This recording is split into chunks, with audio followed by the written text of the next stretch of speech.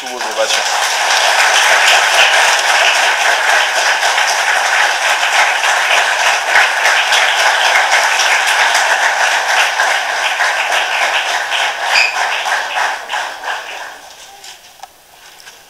Merci. Distingués invités, Mesdames et Messieurs les journalistes et professionnels des médias, Mesdames et Messieurs, la Commission électorale indépendante est-elle inféodée au RHDP comme tente de le faire croire avec insistance et acharnement l'opposition?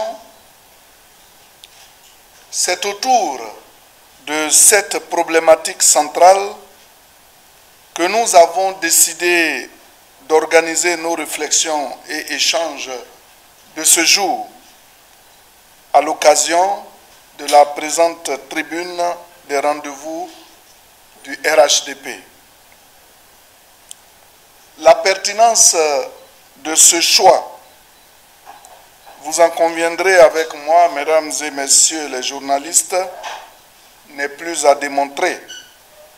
Parce que d'une part, il s'agit d'une question d'une brûlante actualité qui parasite le débat politique en dépit de toutes les explications et faits versés au débat, et d'autre part, parce que des adversaires politiques en manque d'arguments veulent se servir de ce prétexte pour tenter de perturber le processus électoral en cours et, le cas échéant, justifier leur probable refus d'aller à une élection qu'ils savent qu'ils n'ont aucune chance de remporter. Mesdames et Messieurs,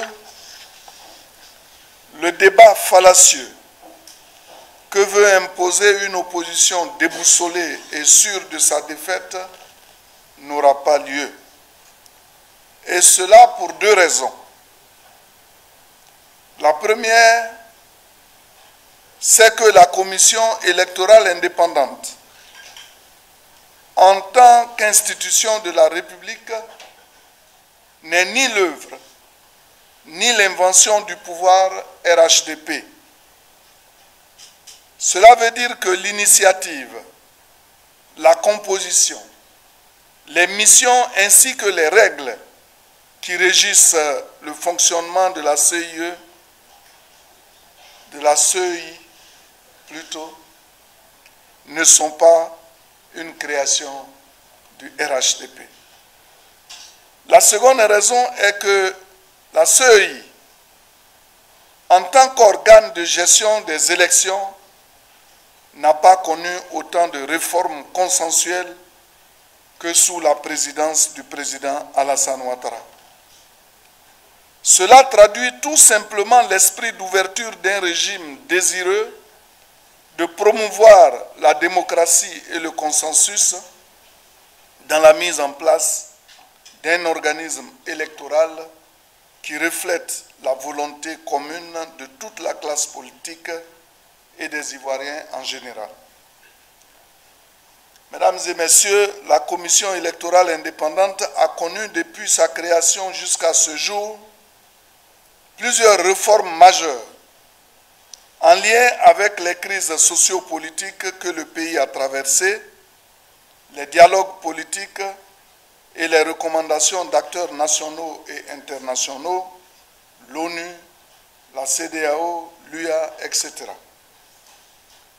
Nous mettons à votre disposition une synthèse chronologique et structurée des principales réformes de la CEI de 2000 à aujourd'hui.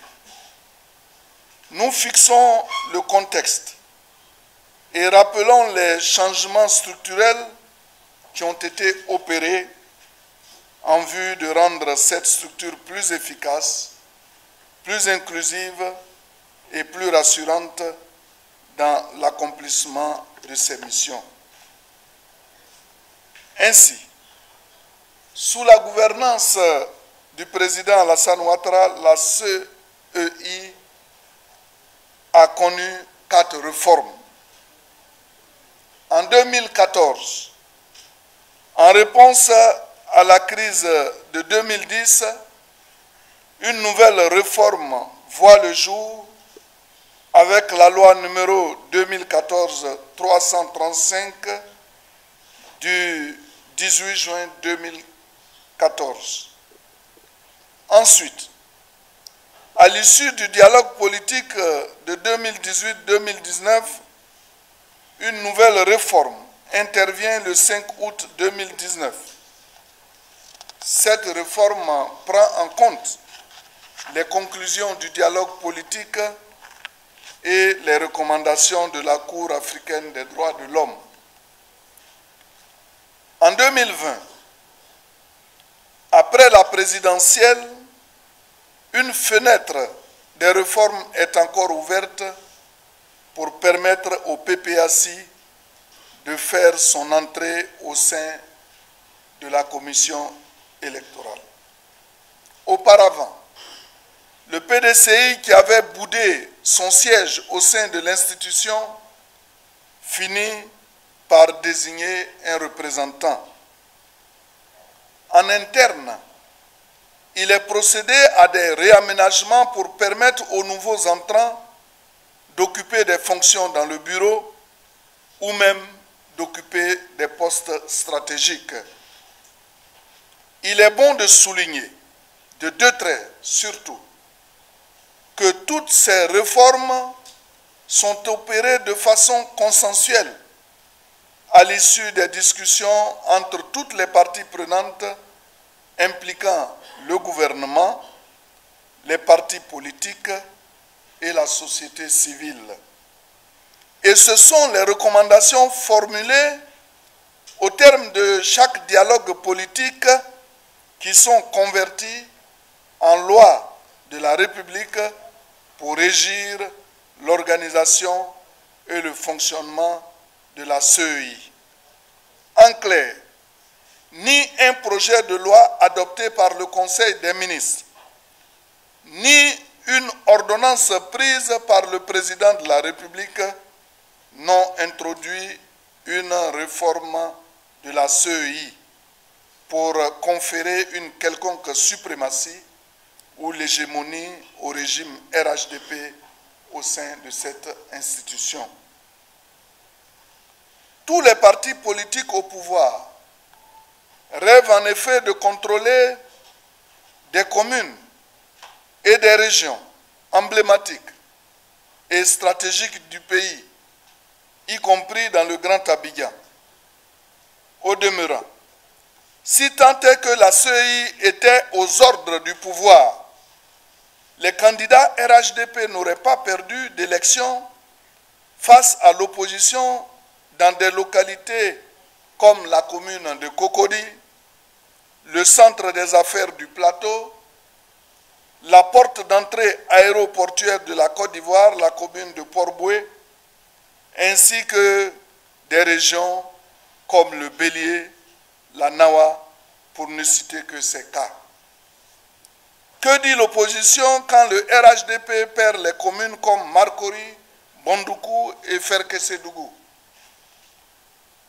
La question est de savoir pourquoi tant de récriminations de la part de l'opposition contre le RHDP quand celle-ci perd une localité, alors que cette même opposition baigne dans l'euphorie quand c'est tout le contraire.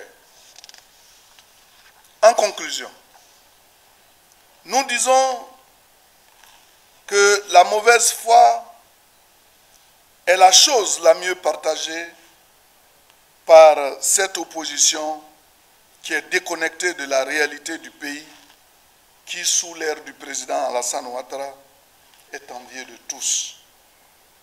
Mesdames et messieurs, chers amis journalistes, en un mot, les attaques et procès en récrimination de M. Gbagbo contre la CEI ne datent pas d'aujourd'hui. Même au pouvoir, il était en perpétuel conflit avec la commission électorale. Comment peut-on parler, mesdames et messieurs, d'inféodation de la CEI au régime RHDP alors que celle-ci comporte en son sein des personnalités désignées par tous les partis? Non, la CEI n'est pas inféodée au RHDP. La CEI est plutôt inféodée aux lois de la République.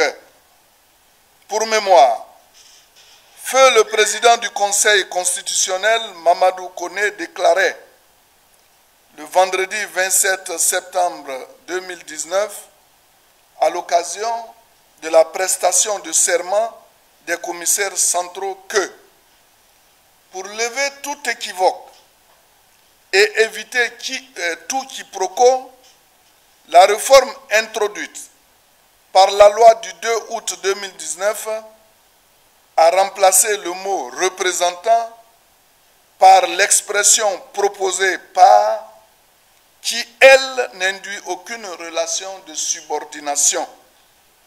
Ainsi, désormais, le commissaire central est certes proposé par une structure ou un organe, mais il a, sans conteste, vocation à œuvrer dans le seul intérêt de la nation et non celui de cette structure ou de cette personnalité, à l'image du parlementaire qui, élu dans une circonscription déterminée, devient à l'Assemblée nationale ou au Sénat le représentant de la nation tout entière avec interdiction de tout mandat impératif.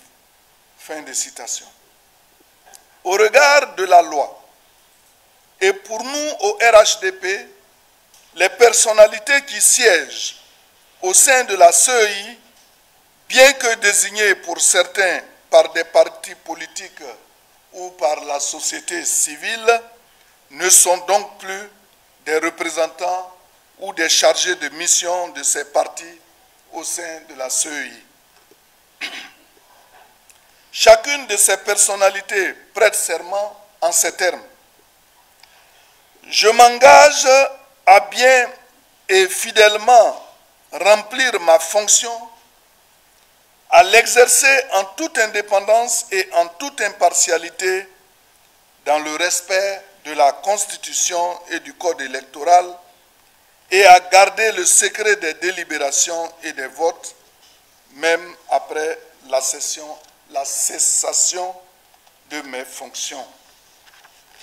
Cela veut dire que la prestation de serment les détache de tout lien avec leur parti d'origine, de sorte qu'ils ne doivent plus avoir de compte à rendre à leur parti ou structure d'origine, ni recevoir d'injonction de ceux-ci.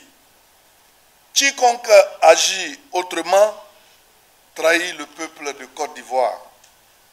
De là suit qu'en faisant publiquement injonction à leurs représentants de sortir de la CEI, le PPACI et le PDCI s'attaquent même à la neutralité, à l'indépendance et au caractère républicain de cette commission électorale. Au demeurant, les personnalités de la CEI qui, après avoir prêté serment, défaire aux injonctions de leur parti d'origine, peuvent être poursuivis devant la justice pour parjure.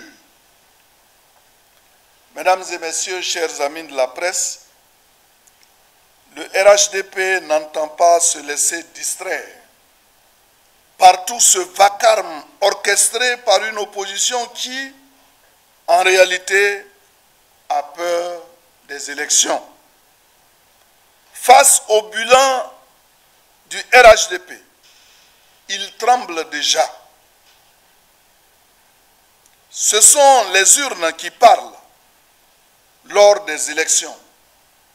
Et pendant que le RHDP est à l'action, pendant que nous investissons le terrain, formons nos militants à la maîtrise du processus électoral, nos adversaires investissent dans la surenchère politique, mijotent des complots contre la sûreté de l'État, s'agrippent à des revendications et à des, je dirais, à des exigences fantaisistes, espérant faire dérailler tout le processus ou à tout le moins retarder l'échéance du 25 octobre 2025. Le RHDP est dans l'attente de la publication de la liste définitive pour engager la bataille du parrainage de son candidat à l'élection présidentielle du 25 octobre 2025. Sur ce point précis, nos militants trépignent d'impatience. En tout état de cause, le RHDP estime que ceux qui veulent, par extraordinaire, diriger la Côte d'Ivoire, je dis bien par extraordinaire, diriger la Côte d'Ivoire, doivent apprendre à respecter les lois de la République, à proposer une alternative crédible au lieu de s'acharner vainement à jeter le discrédit sur les institutions ou à alimenter des tensions sociales inutiles. Le RHDP voudrait ici réaffirmer son attachement à l'indépendance de la commission électorale, à un processus électoral crédible et à une démocratie apaisée fondée sur le respect des lois de la République. Fort de son bilan, oui, fort de son bilan éloquent et de sa légitimité populaire, le RHDP n'a besoin d'aucune manipulation institutionnelle pour gagner dès le premier tour au soir du 25 octobre 2025. Là-dessus aussi, nous demeurons intraitables. Mesdames et messieurs, chers amis de la presse, en définitive, le RHDP a un seul mot d'ordre à lancer à ses militants, ses sympathisants, ainsi qu'à l'ensemble des Ivoiriens épris de paix, de justice, de liberté et de démocratie. Mobilisez-vous avec ferveur pour aller aux élections présidentielles d'octobre prochain dans la paix et dans la sérénité.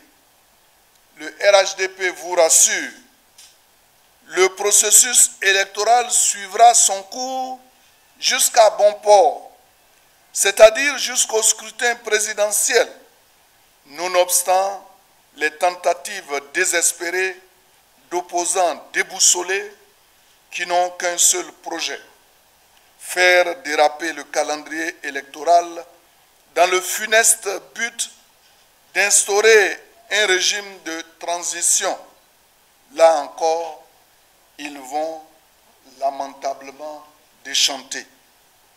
Mesdames et messieurs, je vous remercie de votre bien aimable attention.